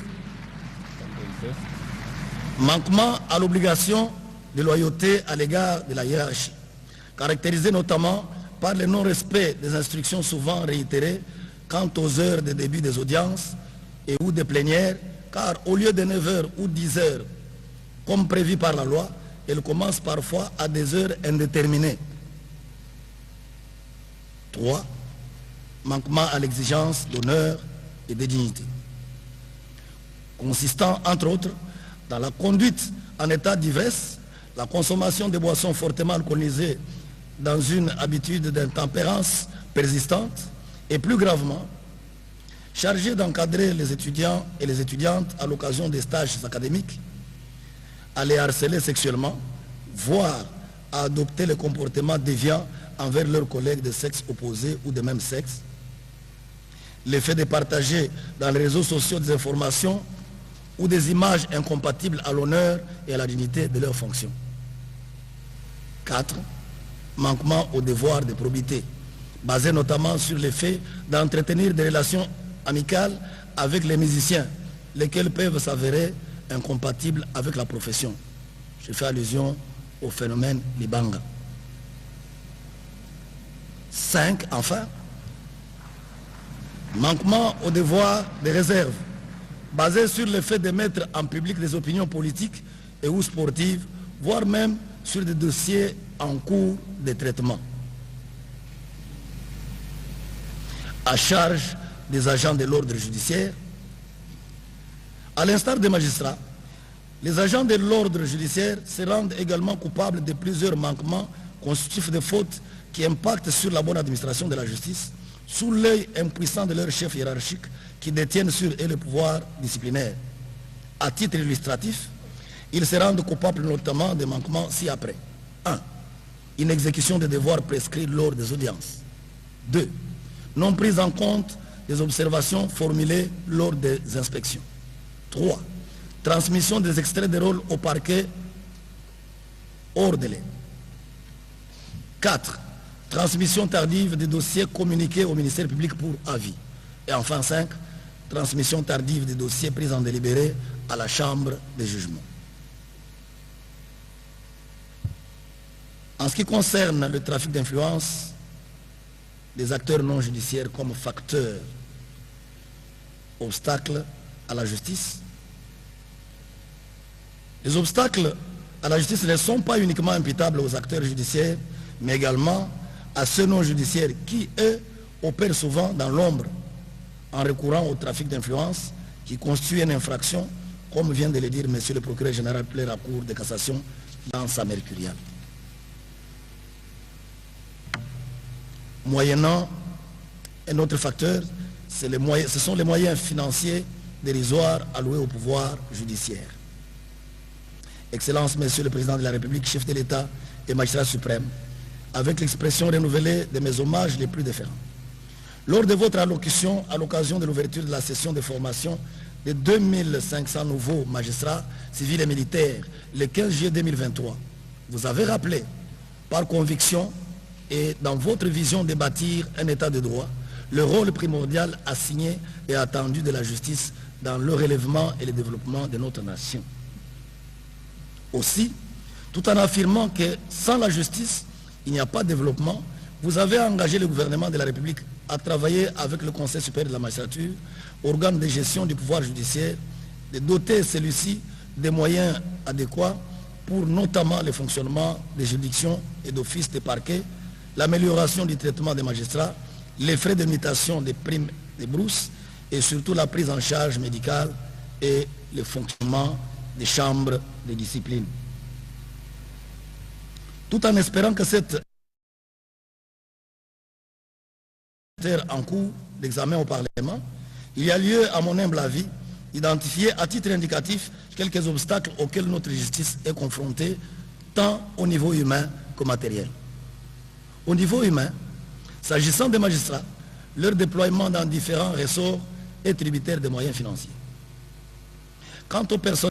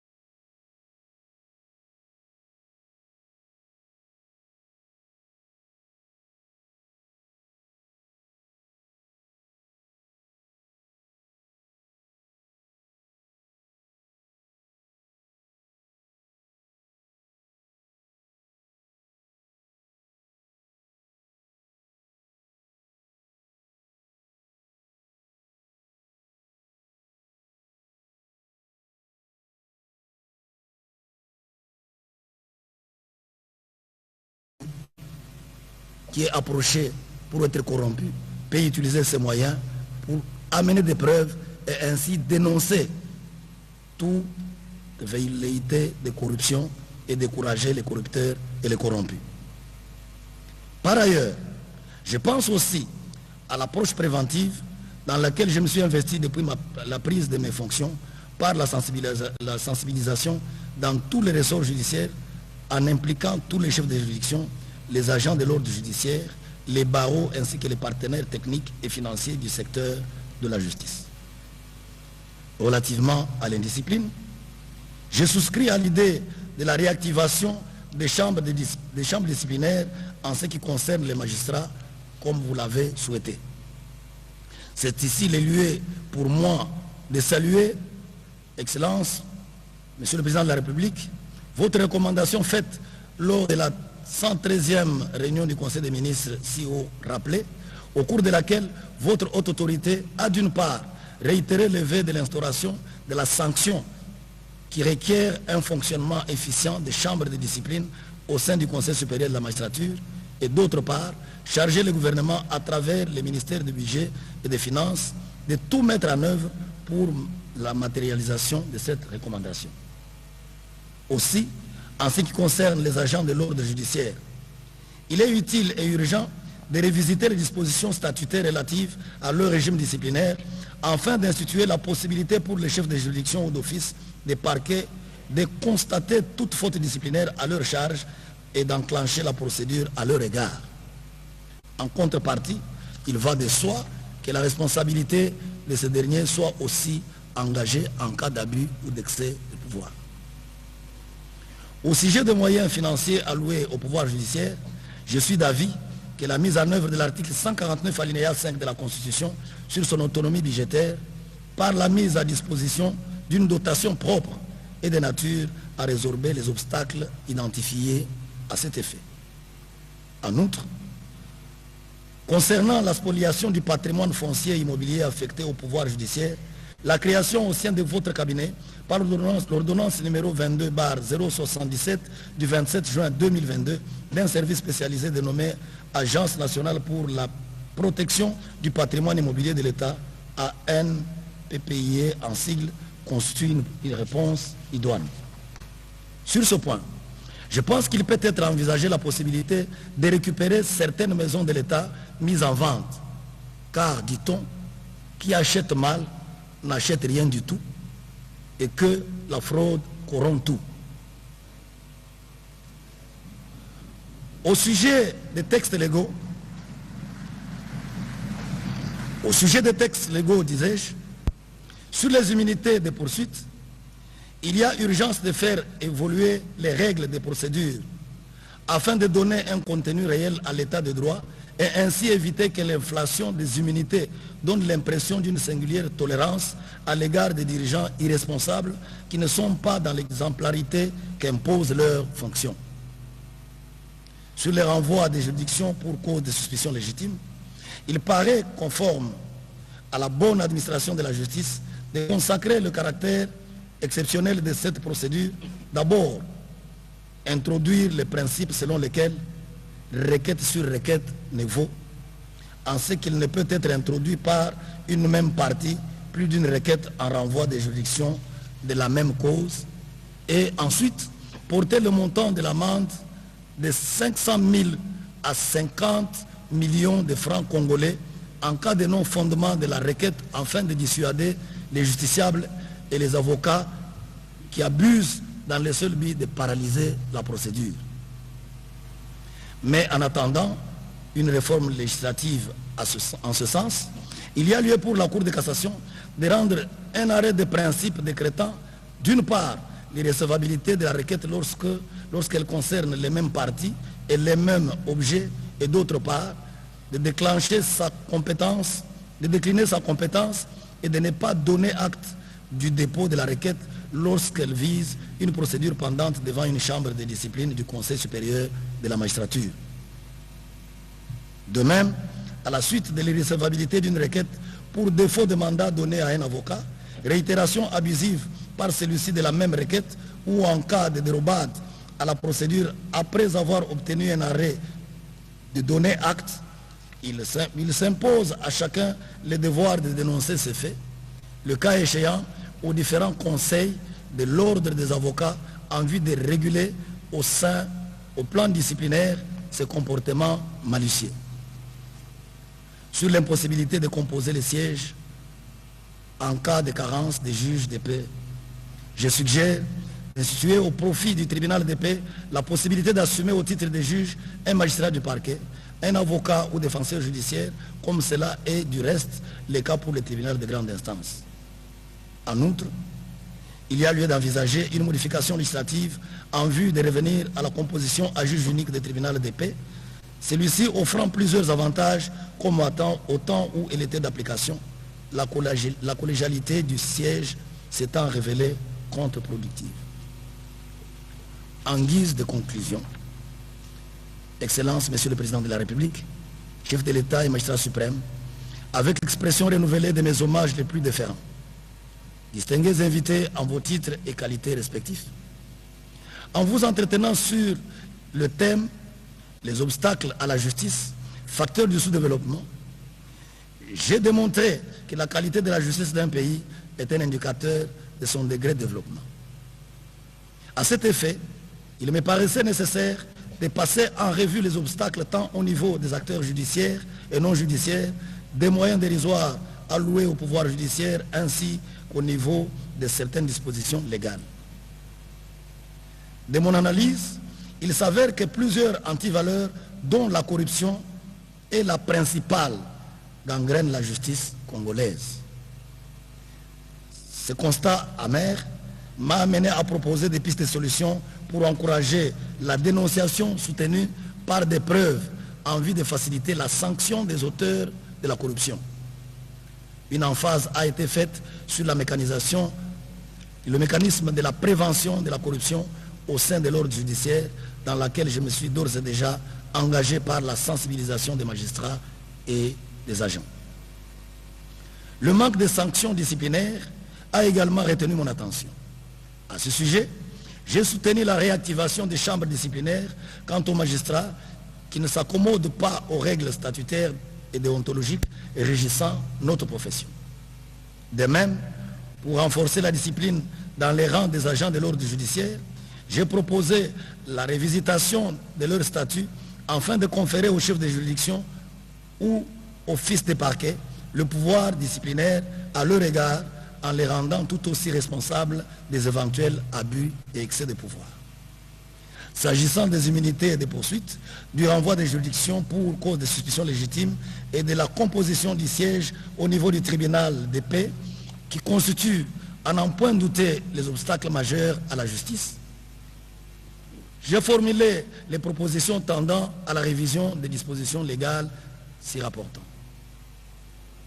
Un seul doigt ne pouvant laver la figure, dit-on, je sollicite l'implication effective des autres pouvoirs d'abord, le pouvoir législatif,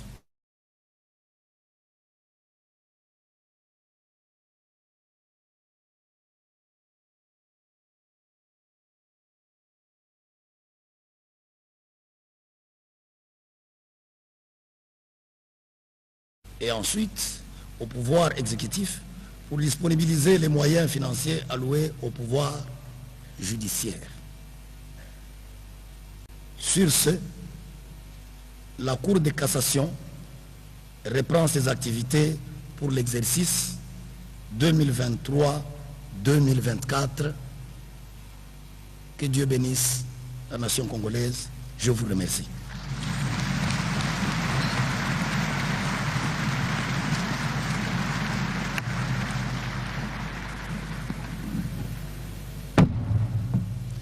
Plus rien n'étant au rôle, l'audience de rentrée judiciaire de la Cour de cassation est levée et la parole est accordée au protocole pour les dispositions pratiques. Excellence, Monsieur le Président de la République, avec l'expression de mes hommages les plus déférents. Ainsi prend fin la cérémonie d'aujourd'hui et un cocktail est prévu pour les invités dans la salle des banquets et dans le balcon pour les autres. Hymne national.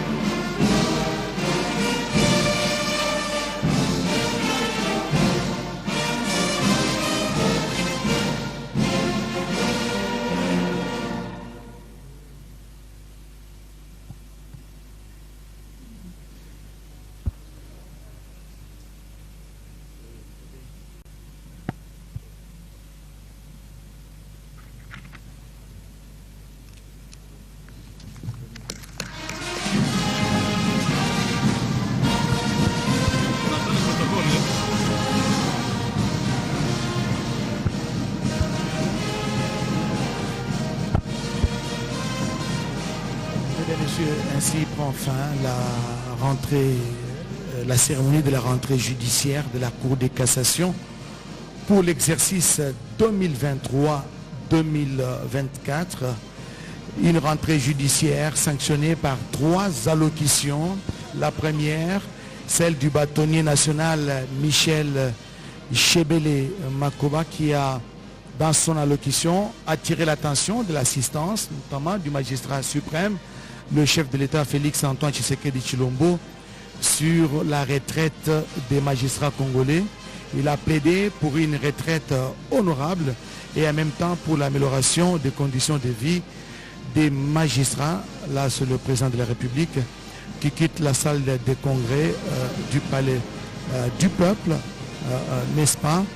Et la vie des magistrats retraités, tout comme ceux en fonction, doit donc mériter une attention toute particulière, n'est-ce pas? Le président de la République qui est en train de quitter la salle de congrès du Palais du Peuple, où a eu lieu, vous l'avez suivi en direct sur nos antennes, la rentrée judiciaire de la Cour de cassation pour l'exercice 2023-2024. L'amélioration donc des conditions de vie des magistrats va aussi améliorer les conditions en même temps de vie des magistrats retraités, parce qu'il y a une incidence. Quand on ajoute les avantages pour les magistrats en fonction, même ceux-là qui sont retraités, ils en bénéficient. Le deuxième mot ou la deuxième allocution, elle a été, donc c'est celle du procureur général près la Cour de cassation, Firmin Vondé. Lui, il a poussé la réflexion très haut, n'est-ce pas, sur le terme trafic d'influence. Souvent, on n'en fait pas cas, mais ça existe dans nos milieux, autour de nous, le trafic d'influence qu'il a considéré comme étant une intervention défavorable du plus fort au plus faible. Félix Tshisekedi sera bel et bien président de la République démocratique du Congo. Et nous gagnons, Vital Kamerhe sera Premier ministre. 5 ans après, je deviens aussi président de la République démocratique du Congo et lui Premier ministre. Nous avons partagé des responsabilités et pas les pouvoirs, parce que nous sommes conscients qu'il y a des tâches énormes qui nous attendent. Remettre la sécurité à l'est du pays, combattre la pauvreté, mettre fin à la corruption, finir cette histoire où vous êtes nommé et vous dites je vais me servir. Nous avons choisi Nairobi parce que nous voulions être loin de Kinshasa aussi et des interférences internes. Merci Monsieur Kamere d'avoir répondu à nos questions. Donc je rappelle que vous êtes opposant de République démocratique du Congo et maintenant allié de Félix Tshisekedi. Absolument. Et dans le reste